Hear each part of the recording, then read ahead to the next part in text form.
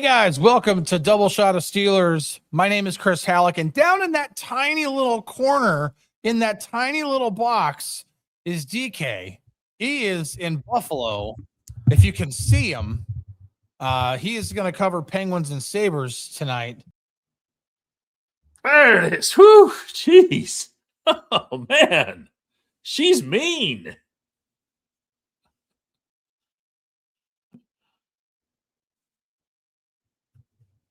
To get into the sports betting, and by gosh, this is the time to do it. FanDuel has everything that you could possibly ever want to have when it comes to betting on the Super Bowl. You can bet on Super Bowl odds, which, I mean, it's Seahawks versus Patriots. The Seahawks are favored by 4.5 points. You can anytime touchdown scorer. Kenneth Walker III has the highest odds to score a touchdown, anytime touchdown. You've got all kinds of stuff. You can then bet on. I mean, we got quick bets, same game parlays, passing props, receiving props, rushing, touchdown. To say I can't even list all of them. There are too many. So go to the FanDuel Sportsbook for all of your betting, your sports betting needs. They have everything. DK. It's not. I think the coaching stuff has kind of calmed down a little bit. We still have a couple of names to talk about. CJIU, and yes, that is I believe the way you say it. He is the new outside linebackers coach. He coached at Texas. Is he though? Is he really? Yeah, because there was also another report by MTN Sports that Sean Howe, defensive coordinator for Montana State, was also going to be the outside linebackers coach. Well, you can't have two outside linebackers coaches unless you can. Mean, you could. You could. Yeah, one for each guy.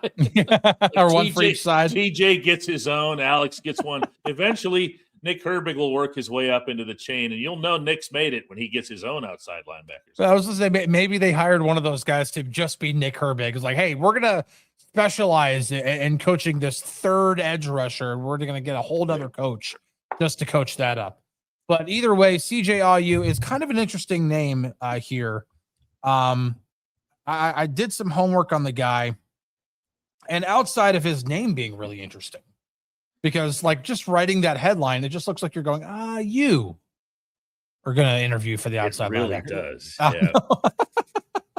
But he was a 7th round pick by the Bills in the 2007 draft, and he ended up not playing with them. He ended up signing with the Rams and then stayed there for I think he had a 5-year career.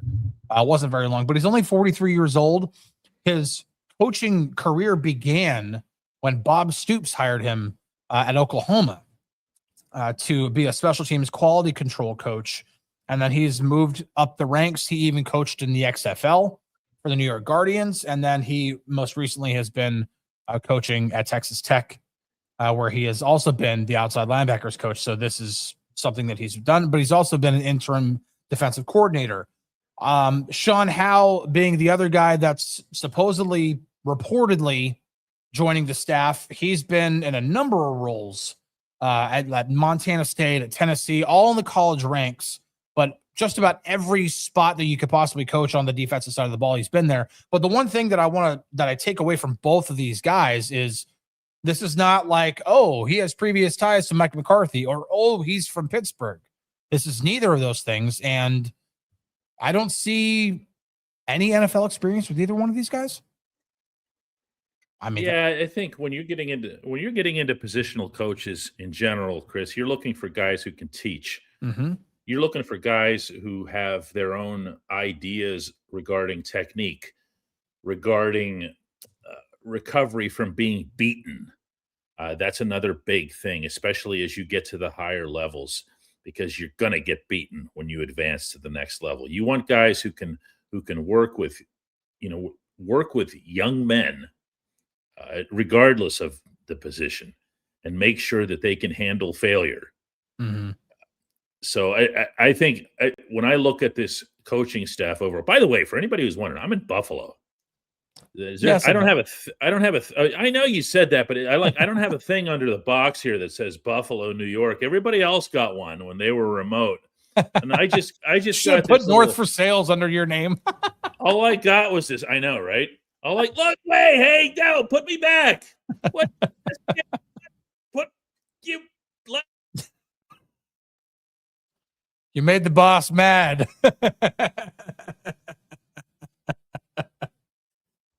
Does she mute you too? Imagine entering a marriage where you could do something like that. To you just, you don't like what you're hearing. So you just put them in a small box and mute them. And you just go, yeah, here's your little box. She's shaking in laughter over here. Yeah, I don't doubt that. Anyway, next time I'm in Buffalo, she can put a little thing up there like she does for everybody else, and it won't be a floating box. It'll be like a real thing here. What the heck did you ask me? Oh, you know what, Chris? I look at this coaching staff. I see experience where I wanted experience. Mm-hmm. I see youth is too strong of a term for the offensive coordinator, but it's not like they went and they got somebody who's 80. Right. Yeah. I mean, they picked up a guy who they feel can make a real difference for them in Brian Angelico, who's never had an OC position, at least not since Ithaca 20 years ago. So clearly they saw something that they like. By the reporting out of Minneapolis yesterday, the Vikings didn't want to lose him. No. They were trying to find a way to keep him. And the Steelers, to their credit, persisted and won him over. We'll see how that goes over the long haul. But, in the short term, I look at this coaching staff, and you know what I see? NFL coaching staff. Yeah. This isn't the time of the year for your coaching staff to win headlines. That's gonna come in the first Sunday in the fall. Well, and that's funny because, like, I think I mentioned this a few days ago or last week or something. There's been a lot of buzz about like some of the hires the Ravens have made. Hiring Anthony Weaver as defensive coordinator. Honestly, I think probably their best hire outside of Jesse Minter as head coach is probably stealing Eddie Faulkner. When the Steelers were like, yeah, we're not gonna hire him. I'm like, that's a really good running backs coach. Now he's only coaching, Derrick Henry, just arguably the best running back in football right now. But when you, I wonder, like, when you hire an Anthony Weaver and you have Jesse Minter, who's the defensive head coach, how is that going to work? Because those seem like it's like two guys who are, or at least two alphas. And like I said, of course, if you're a head coach, or not just head coach, but if you're a coach, you got to have some sort of level of, you have to be assertive in some sort of way. But not every coach is Mike Tomlin. Not every coach is, this Bill Parcells or some huge, big egocentric kind of guy. There are some guys who are a little more soft-spoken who kind of have different ways of talking to players. And so I think that's one thing that I'm going to watch for when we get a first chance to observe how this coaching staff actually goes about their business. Yeah. And that's really, I hate to keep punting on this subject as a whole, but we just aren't going to know. Yeah. We can say anything right now. They could say anything right now. They're not going to. You're not going to see some sort of press conference or whatever that introduces coordinators and individual assistant or positional coaches. We're going to get to know them when they take the field. And for me, and this really doesn't apply to football. This applies to all sports. I think there's a misconception, and it's a common one at that you stop teaching at the top level. Oh, and it's just not at all accurate. Mm-hmm. If you think of baseball as single A, double A, triple A, and then you get to the bigs, and all of a sudden there's no more A's. It's just, it's the bigs. That's it. You've made it. Like hell, you have. Mm-hmm. You've heard that terminology. The hardest, is the hardest thing is how's that go? You know how this one goes. When you get through the minors, it's a great achievement to get to the majors. The hardest thing is staying there. That's how it goes. That's what the NFL is. Yeah. And the one example that I've always thought of, and it obviously happened, earlier in my, days as a reporter. It was whenever I was covering the Rangers. It was early part of the 2022 season. Wrong Rangers. Be clear about this. Yeah. Sorry, Texas Rangers in Major League Baseball, not the New York Rangers that really suck at hockey right now. Really wrong Rangers. But I remember just about every single time that I would show up to do the pregame clubhouse and pregame stuff with the manager, all that stuff, I'd walk the same walk that I do every single time, because that's you do as a reporter. You take the elevator, you go down, you walk past. I would always walk past Corey Seager at the same time every single day. Oh, good. Yeah. And he would always be, number one, he'd always have a bat in his hand. He would either be doing some sort of video call conference with a hitting coach, or he'd be literally talking to somebody with a bat in his hand, and the conversation was not, or was definitely baseball related. Yeah. That dude never stopped working. And this is Corey Seager. This is a guy who already won a World Series MVP and ended up going to win another one with the Rangers. This is a guy who just got a $325 million contract to play for the team. And that's why when I think of the Steelers coaching staff, the guys that I'm thinking about first and foremost, and I'm going to be honest here. Let's say we get to what's first, OTAs. And there's different parts that Chris and I are allowed to stand on when we're watching these things. and some positional groups you can get really close to, some you can't. Quarterbacks you never can. But the tight ends you can get really close to. The running backs you can get really close to. That's a whole new staff, so there could be a thing that's totally different. Mm-hmm. But when you're listening to the instruction, when you're listening to the level of the instruction, the best instruction is always still just teaching. One memory that stands out, and I know the fan base already just glorifies Mike Munchak, and they should. Okay, Coach Munch had it all going on, and you never heard a coach get pumped up by his own players the way Coach Munch did. But Munchak never stopped teaching Marquise Pouncey. Yeah.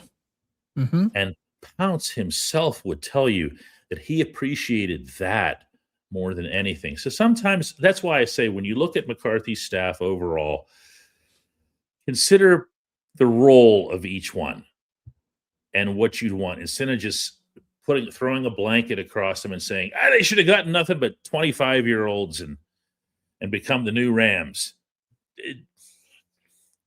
He got what works for him. And the ultimate decision in this was made at the very beginning by choosing Mike McCarthy. Well, and as you're saying that, and I think about, the story that I told of the things that I've observed, one of the first players I thought of, if not the first player I thought of when Patrick Graham was hired as defensive coordinator, was TJ.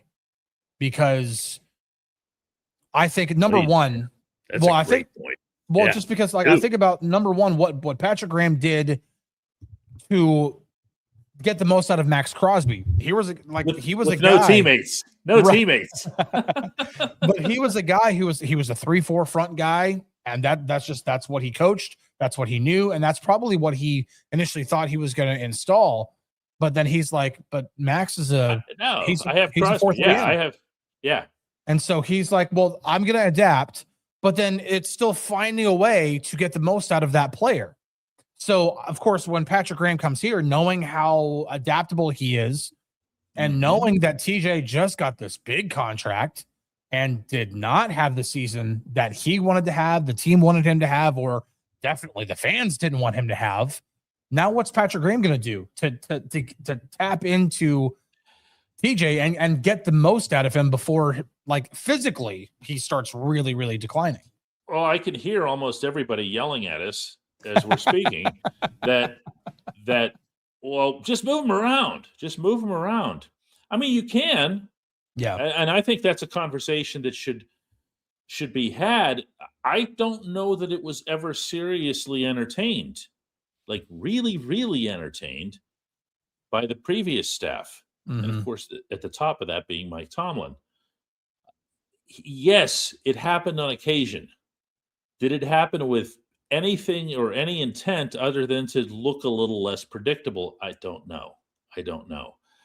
I think you have to say about TJ, is he a declining asset? I don't mean to speak of him coldly. I think the world of him, but I'm just talking about from the most, right, quantifiable measure. Is he not as quick? Does he not have the same twitch muscles that he did a year or the so same jump ago? at the line and stuff. Yeah. The get off with him has been not everything, but a lot of his percentage of what he does. Chris, the ability to, do the James Harrison, get under the armpit. Yeah. Do the thing where he does, what I'm talking about with Debo would he basically separates some poor dude's shoulder by getting under the armpit and then going back there. And TJ could do that really, really well. But what made TJ unstoppable for the longest time was that. And as soon as you lose a little bit of that, you're going to have to start adding some new tricks. You're going to have to start finding different things to do. It can't just be, I'm me and I'm going to have a force of will over that other guy. Again, going back to Debo, late Debo, even New England Debo, never mind Cincinnati Debo, since we don't speak of Cincinnati Debo, but New England Debo would find ways, technique ways to get back there. He wasn't just beating somebody because he could go home and lift his house up. He was doing it because he was outsmarting them. And you'll remember that in those matchups when he was going against some rookie, no matter who it was, he was killing them. He was killing them. So TJ's got to try some different things. He's got to be open. And I'm not saying he's not open. I'm saying there's an opportunity here.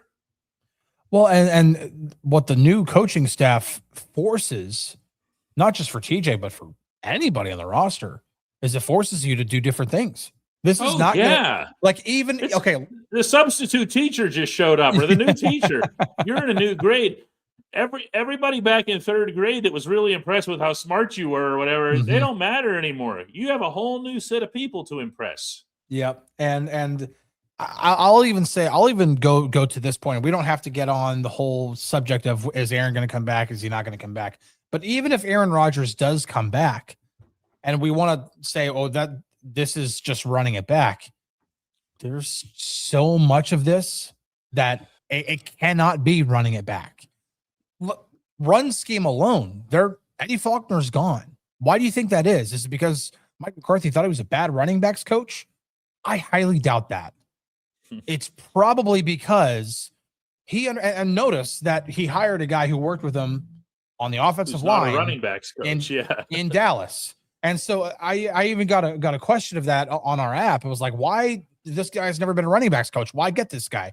I'm like, well, let's think about it this way. Number one, coaches don't just stick with one position. If you are coaching in the NFL level, you know more than one position. You don't get to that level if I only coach running backs. No, you don't. No. But the second thing is, Mike McCarthy doesn't do the same wide zone, outside zone stuff that we've seen under Arthur Smith, under Matt Canada, all that stuff. It was predominantly inside zone. Now it's different, and it's a different run scheme. And so instead of bringing back Eddie Faulkner, who was coaching a different scheme, he brings in a guy who's worked with him and who understands not just the running back's role in that scheme, but the offensive line's role in that scheme, and fully understands the scheme for more than one position. So that's probably the reason why, or one of the reasons why, McCarthy decided to go in a different direction.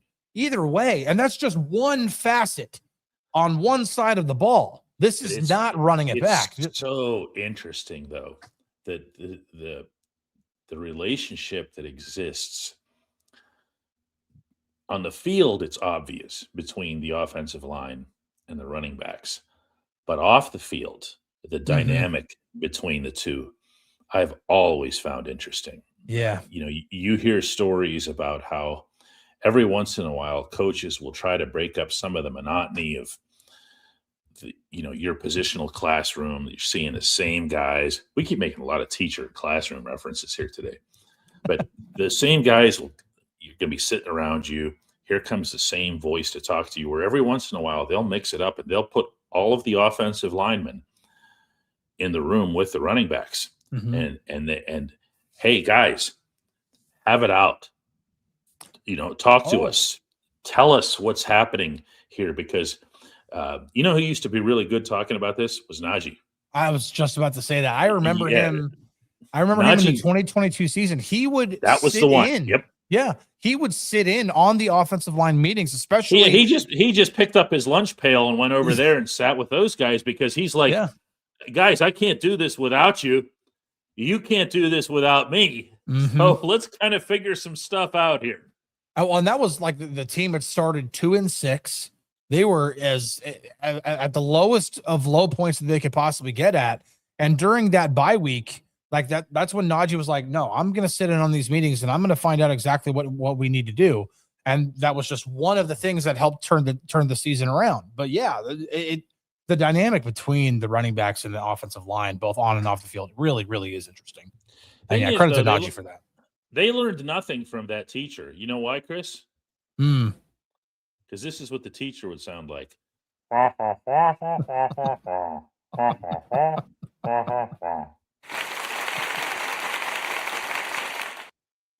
Gets the applause from the boss. That's awesome. All right. I'll break from this box.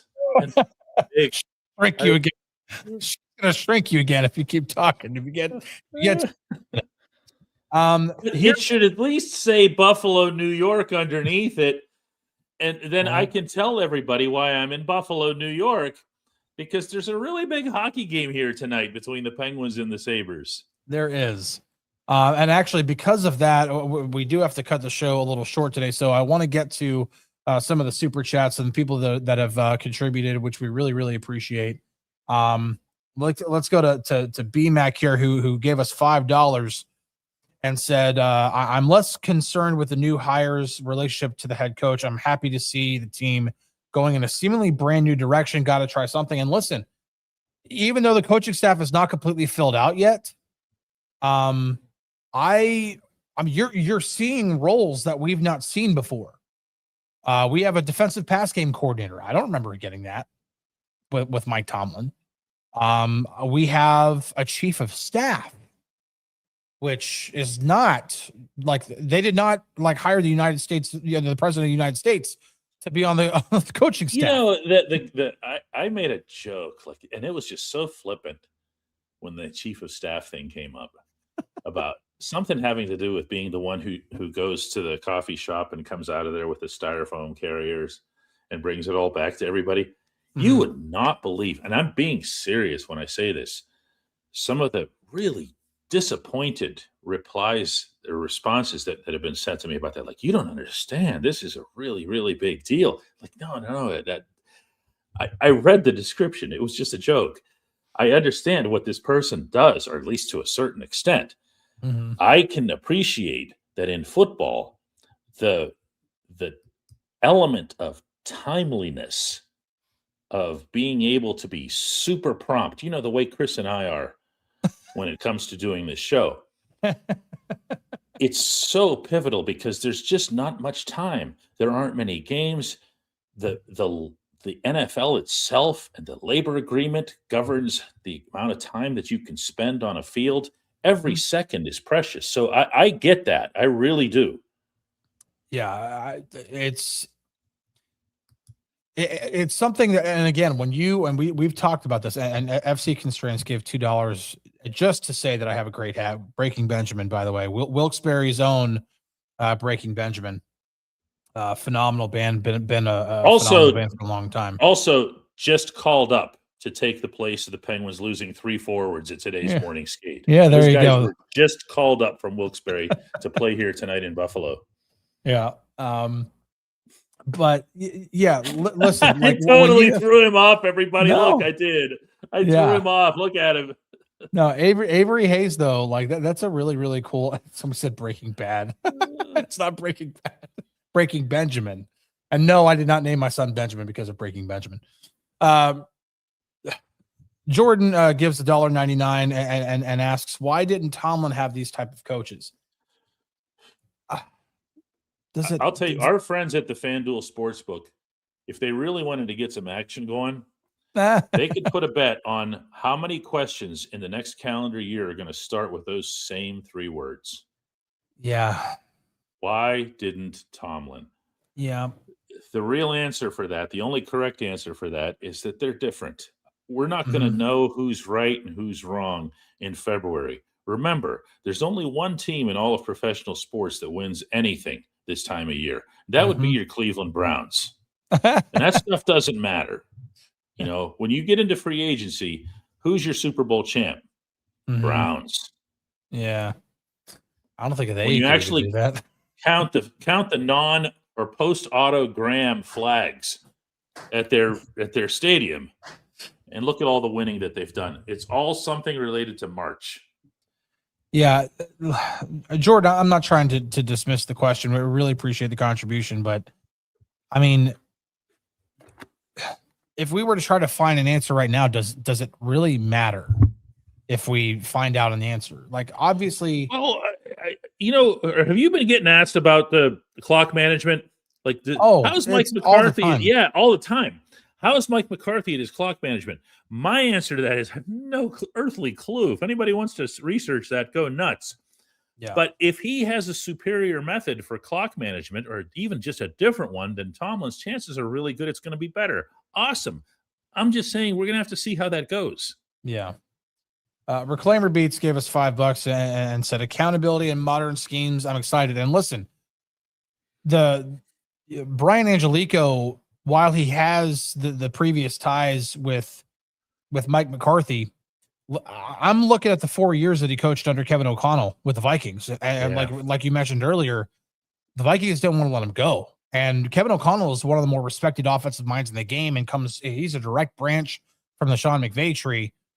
That excites me when it comes to what he could possibly bring from a game planning standpoint, from a detail teaching standpoint.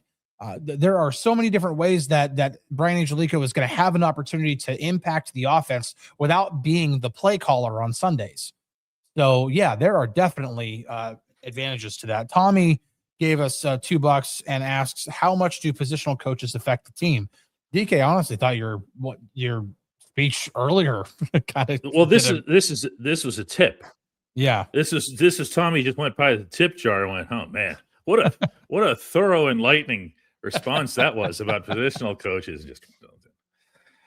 Yeah, we appreciate it though. Yeah, Hans Moncada comes in with the obligatory. I could actually, since I'm in Buffalo, I could drop a Canadian 20 in. They take it all the same here. I've never tried. I actually do. I'm looking out my window here at the hotel. I'm out by the Buffalo airport. And one of the really neat things about Western New York in general is that the mutual respect and love that there is between the United States and Canada. That the flagpoles, for every American flag, you see a Canadian flag. That's what I'm looking at right there. So, yeah, I could actually leave a $20 Canadian thing for Jalen. But then Jalen would look at it and he'd know the exchange rate and he'd ask for $5 more. Yeah, I was about to say that's not the same in U.S. currency. Well, DK, I know you've got to run. You got a hockey game to cover. You got everything. You got to. No, actually, I'm playing. I'm playing because they're just going to keep losing forwards. Like they lost 3 at the skate today. I'm actually suiting up. I got to let the coach know this is why I have to go early. I got to let him know whether it's center or left wing for me. I feel if I'm in a playmaker mode, I'm okay in the middle of the ice, but you got to have me shooting off the left.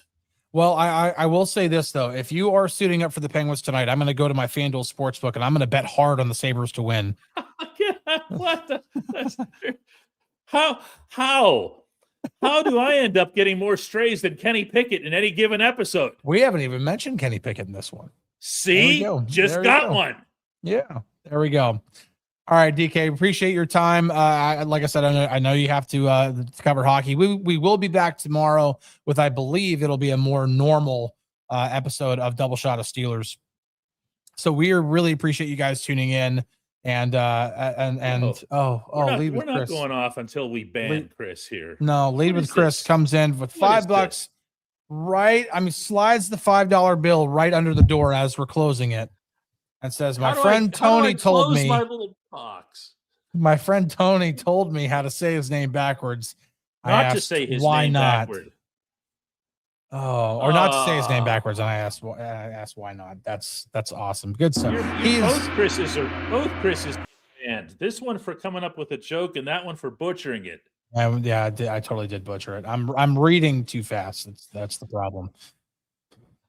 All right, Poppy. We'll be back with the more normal episode of Double Shot of Steelers tomorrow. We'll catch you guys later.